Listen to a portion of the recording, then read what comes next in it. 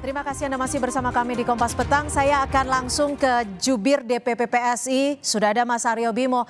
Mas Aryo Bimo, Mas Kaisang sudah tiba di kantor DPP Partai Golkar. Tadi langsung menuju lift dan tampaknya langsung bertemu dengan Erlangga Hartarto. Ini adalah visual terkini, baru tiba Mas Kaisang dan langsung bertemu dengan sejumlah kader Partai Golkar dan juga petinggi Partai Golkar. Mas Aryo, ini nampaknya kode-kode surat rekomendasi langsung keluar dari Partai Golkar untuk mengusung Mas Kaisang? Luar biasa, sangat tersanjung ya kalau misalnya memang itu terjadi. Tapi Mas Kaisang itu kita kadang-kadang lupa ya, Mas Kaisang itu selain digadang-gadang di sana sini untuk jadi kepala daerah di Jateng, Jakarta, Lampung, Jatim, ini juga kan beliau itu adalah seorang ketua umum DPP PSI, ketua umum partai. Jadi ketika dia datang menemui ketua umum partai lain yang diomongin pastinya nasional gitu ya, pastinya nasional. Tapi ketika itu nanti ada satu segmen pembicaraan bahwa Mas Kaisang gimana kalau misalnya di Jakarta atau di Jateng atau di mana, itu lain soal. Tapi apa yang dibicarakan seperti biasanya, seperti juga di partai-partai lain, kita berkunjung ke PKS kemarin, kemudian kita juga Berarti, bertemu maaf saya dengan potong, berarti benar ya pertemuan sore hari ini khusus untuk membahas soal pilkada, cuma untuk memilih apakah di Jawa Tengah atau di Jakarta, gitu ya? enggak juga. Persoalan politik nasional itu ke depan itu bukan hanya pilkada aja. Kita harus lihat bahwa di depan itu ada masa transisi pemerintahan, ada masalah juga pilkada tentu ya. Pilkada itu the most highlighted political event itu mungkin ya di dalam beberapa bulan ini. Tapi Oke. saya kira politik secara nasional itu lebih make sense untuk misalnya jadi tagline ya Oke, untuk saya hari ini. ke Mas Adi Prayitno. Mas Adi, kalau Anda membacanya gimana nih? Ini pola-polanya serupa tapi tak sama atau setidaknya sama persis seperti saat Mas Bobi untuk maju dan juga saat Mas Gibran saat maju dipanggil oleh sejumlah partai untuk mendapatkan rekomendasi? Ya, saya kira memang ini soal bagaimana mengkomunikasikan kepentingan politik PSI dan Kaisang secara umum. Karena kita tahu bahwa Kaisang ini kan dikaitkan dengan sejumlah pilkada yang saya kira signifikan, misalnya pilkada Jakarta dan Jawa Tengah. Bahkan kan sempat mengerucut beberapa waktu yang lalu soal pembicaraan duet antara Ridwan Kamil dan Kaisang Pangarap. Tapi kan dalam perkembangannya misalnya Golkar itu lebih punya intensi untuk memajukan Ridwan Kamil di Jawa Barat ketimbang di Jakarta.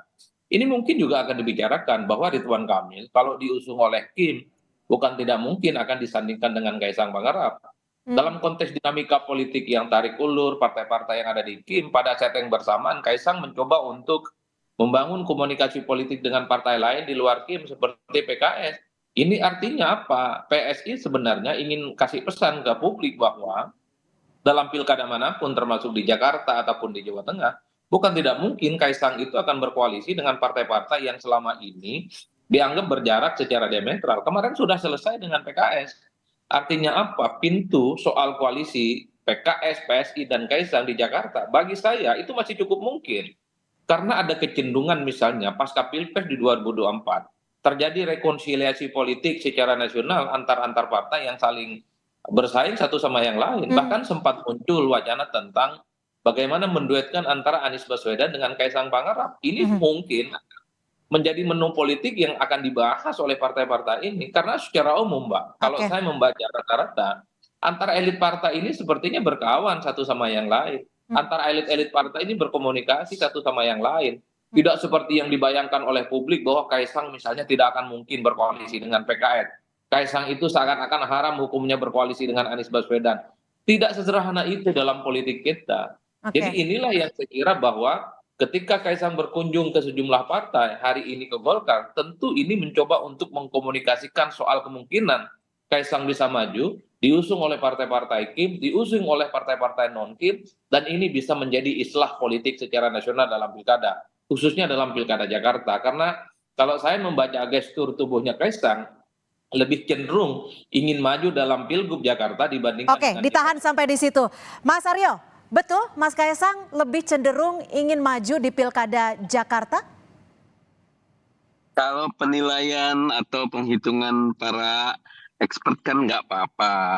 Tapi kalau Mas Kaisangnya sendiri itu berkali-kali bilang belum menentukan. Dia masih konsen untuk mempersiapkan calon-calon kepala daerah dari yang akan didukung oleh PSI di berbagai daerah. Tapi kalau hitung-hitungannya dari teman-teman PSI gimana? Apakah melihat Jawa Tengah prospeknya lebih besar? Karena kita berkaca dengan sejumlah survei yang mengatakan elektabilitas Kaisang Pangarep cukup tinggi. Atau istilahnya dalam tanda kutip coba-coba dan gambling di Jakarta? Kalau buat PSI ya ini terus terang dan ini juga berkali-kali disampaikan Mas Kaisang. Yang penting kita pilih yang terbaik untuk daerah itu. Kalau misalnya Mas Kaisang itu memang lebih terbaik untuk daerah Jawa Tengah atau terbaik untuk TKI ya, dia dengan serta-merta akan berada di sana gitu. Takaran yang terbaiknya dari mana nih? Kan sama-sama provinsi besar, sama-sama provinsi yang menjadi cukup penting dalam sisi skala nasional. Itu akan ada dari hasil pertemuan dengan partai-partai politik tentunya. Jadi saya kira makanya saya katakan bahwa tidak melulu bahwa yang dibicarakan itu adalah dirinya mau nyalek di mana, tapi juga daerah-daerah lain nih seperti apa nih. Indonesia ini seperti apa pilkada-pilkadanya kayak kemarin juga di waktu di PKS itu dibicarakan tentang kolaborasi di beberapa daerah dan ternyata memang itu menurut kita mempunyai kesamaan pendapat bahwa oh ini akan baik untuk daerahnya gitu. Jadi nanti untuk Jawa Tengah dan DKI pasti akan dibicarakan juga dengan Golkar pada hari ini dan juga dengan partai-partai politik lain. Oke, dibicarakan dengan Golkar, artinya ada kemungkinan ketika Golkar akan mengusung Kaisang di Jakarta akan langsung diterima? Ada kemungkinan, bisa jadi. Tapi saya pikir Kaisang akan tetap konsisten untuk memutuskan atau mengungkapkan semuanya itu pada bulan Agustus ya. Jadi, karena itulah yang menurut dia saat yang tepat untuk Kenapa sih harus bulan Agustus, Mas Aryo? Dan kenapa juga harus sekarang? Jadi Kenapa? masalahnya, jadi gini, kalau orang bilang ntar terlalu terlambat gitu ya, enggak juga, karena kita tuh masih hangat nih. Jadi pileg, pilpres kan baru selesai gitu kan, mesin partai masih hangat. Jadi kenapa harus masih cair ya? terburu gitu? Oke, Mas Adi, menurut Mas Adi sendiri ini apa ya?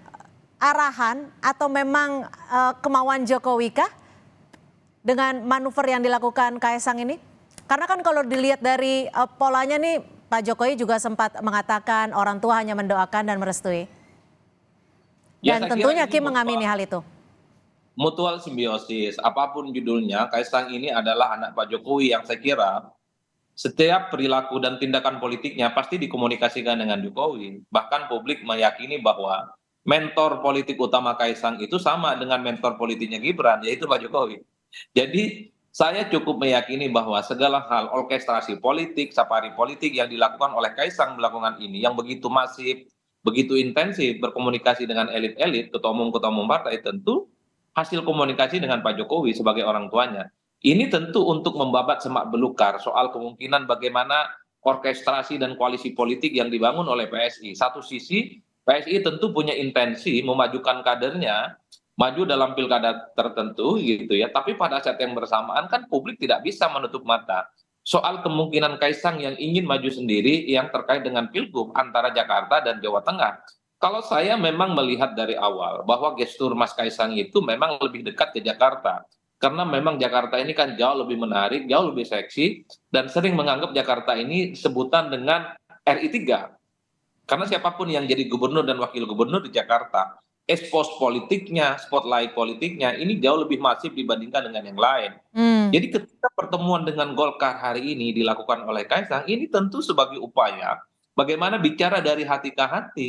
Bagaimana perspektif Golkar soal Kaisang maju dalam Pilgub? Bagaimana Kaisang juga mengkomunikasikan soal kemungkinan dirinya bertanding dalam Pilgub? Jadi hal-hal yang semacam ini tentu akan dibicarakan ya. Tentu ini menghadapi karena bulan depan ini kan sudah mulai pendaftaran ya Pilkada serentak secara nasional.